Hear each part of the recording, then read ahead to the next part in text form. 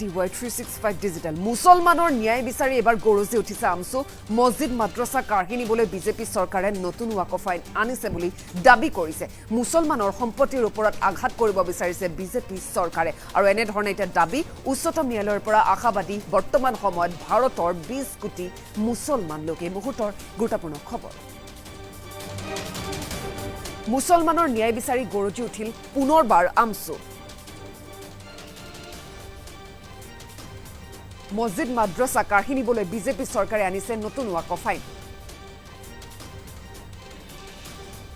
মুছলমানৰ সম্পত্তিৰ ওপৰত আঘাত কৰিব বিচাৰিছে বিজেপি চৰকাৰে আৰু উচ্চতম ন্যায়ালয়ৰ পৰা আশাবাদী ভাৰতৰ 20 কোটি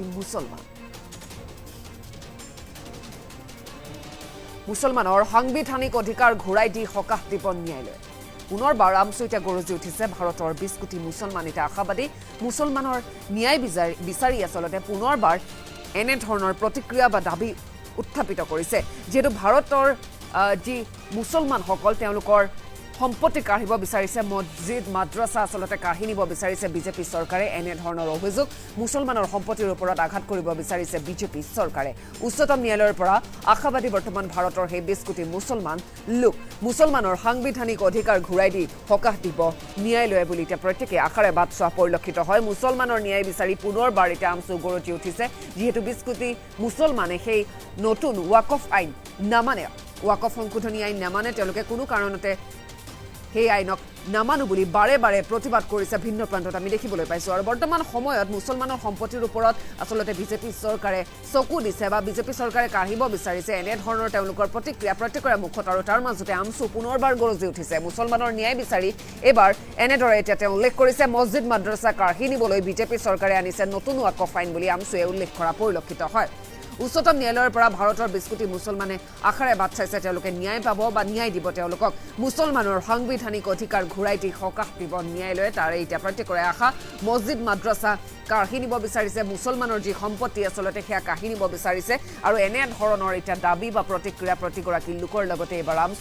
আমছুৱে পুনৰবাৰ গৰজি উঠিছে আমছুৱে বহুকেইটা বিস্ফোৰক অভিযোগ উত্থাপিত কৰিছে বিজেপি চৰকাৰৰ বিৰুদ্ধে বিজেপি চৰকাৰে কেৱল মুছলমানৰ সম্পত্তি কাঢ়ি নিব বিচাৰে মছজিদ মাদ্ৰাছা আচলতে কাঢ়ি নিব বিচাৰিছে মুছলমানৰ ওপৰত আচলতে সম্পত্তিৰ ওপৰত এয়া এক প্ৰকাৰৰ আঘাত বুলি উল্লেখ কৰিছে আমছুৱে মুছলমানৰ ন্যায় বিচাৰি পুনৰবাৰ এতিয়া এনেদৰে আমছু গৰজি উঠা পৰিলক্ষিত হয় মছজিদ মাদ্ৰাছা কাঢ়ি নিবলৈ বিজেপি চৰকাৰে এই নতুন ৱাকফ সংশোধনী আইন আনিছে বুলি উল্লেখ কৰিছে মুছলমানৰ সম্পত্তিৰ ওপৰত আঘাত কৰিব বিচাৰিছে বিজেপি চৰকাৰে কিন্তু বৰ্তমান সময়ত উচ্চতম ন্যায়ালয়ৰ পৰা আশাবাদী ভাৰতৰ 20 কোটি মুছলমান এই সন্দৰ্ভত আমাৰ ওচৰত মন্তব্য আছে কি কৈছে শুনোৱা হওক ৱাকফ এমেণ্ডমেণ্ট এক্ট 2025 ভাৰত চৰকাৰে মুছলমানসকলৰ সম্পত্তিৰ ওপৰত অধিকাৰ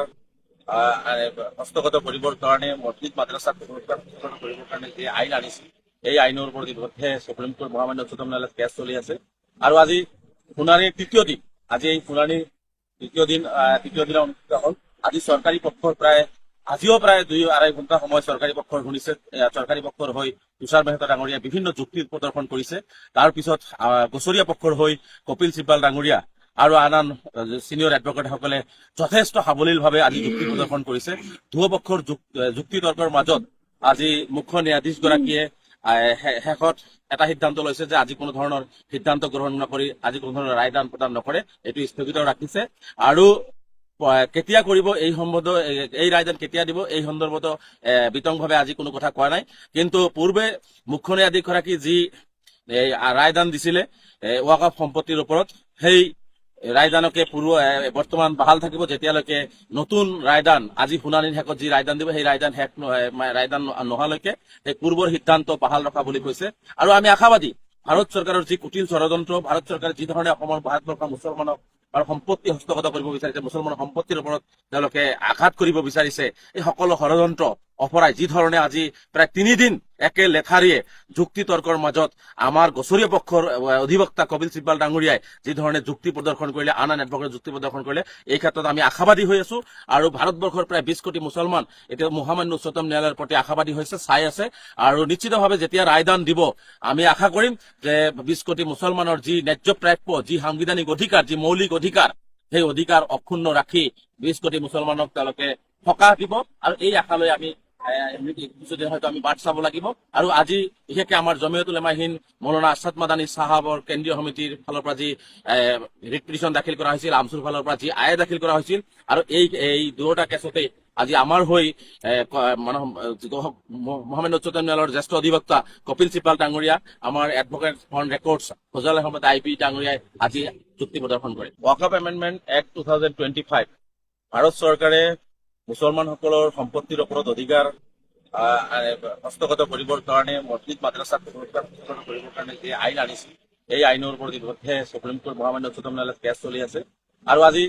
শুনানিৰ তৃতীয় দিন, আজি এই শুনানিৰ তৃতীয় দিনা অনুষ্ঠিত হ'ল। আজি চৰকাৰী পক্ষৰ আজিও প্ৰায় 2-2.5 ঘণ্টা সময় চৰকাৰী পক্ষৰ শুনিছে। চৰকাৰী পক্ষৰ হৈ তুষাৰ মেহতা ডাঙৰীয়া বিভিন্ন যুক্তি প্ৰদৰ্শন কৰিছে। তাৰ পিছত গোচৰীয়া পক্ষৰ হৈ কপিল চিব্বাল ডাঙৰীয়া আৰু আন চিনিয়ৰ এডভকেটসকলে যথেষ্ট সাৱলীলভাৱে আজি যুক্তি প্ৰদৰ্শন কৰিছে। দুয়োপক্ষৰ যুক্তি তৰ্কৰ মাজত আজি মুখ্য ন্যায়াধীশগৰাকীয়ে শেষত এটা সিদ্ধান্ত লৈছে যে আজি কোনো ধৰণৰ সিদ্ধান্ত গ্ৰহণ নকৰি, আজি কোনো ধৰণৰ ৰায়দান প্ৰদান নকৰে, এইটো স্থগিত ৰাখিছে। আৰু কেতিয়া কৰিব এই ৰায়দান কেতিয়া দিব এই সন্দৰ্ভত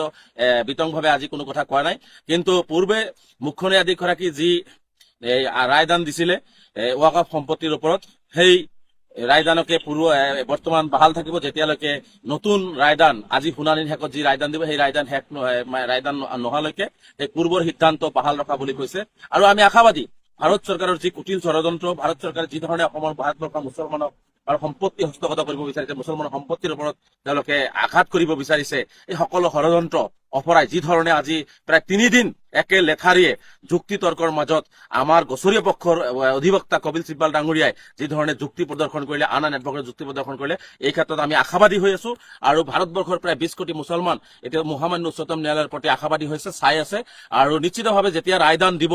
আমি আশা কৰিম যে 20 কোটি মুছলমানৰ যি ন্যায্য প্ৰাপ্য, যি সাংবিধানিক অধিকাৰ, যি মৌলিক অধিকাৰ, সেই অধিকাৰ অক্ষুণ্ণ ৰাখি 20 কোটি মুছলমানক তেওঁলোকে সকাহ দিব। আৰু এই আশালৈ আমি কিছুদিন হয়তো আমি বাট চাব লাগিব। আৰু আজি বিশেষকৈ আমাৰ জমিয়তুল উলামাহীন মৌলানা আছাদ মাদানী চাহাবৰ কেন্দ্ৰীয় সমিতিৰ ফালৰ পৰা যি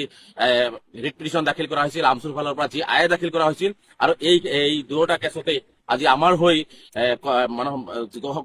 মহামান্য উচ্চতম ন্যায়ালয়ৰ জ্যেষ্ঠ অধিবক্তা কপিল চিব্বাল ডাঙৰীয়া, আমাৰ advocate on records Fazal Ahmed IP ডাঙৰীয়াই আজি যুক্তি প্ৰদৰ্শন কৰে।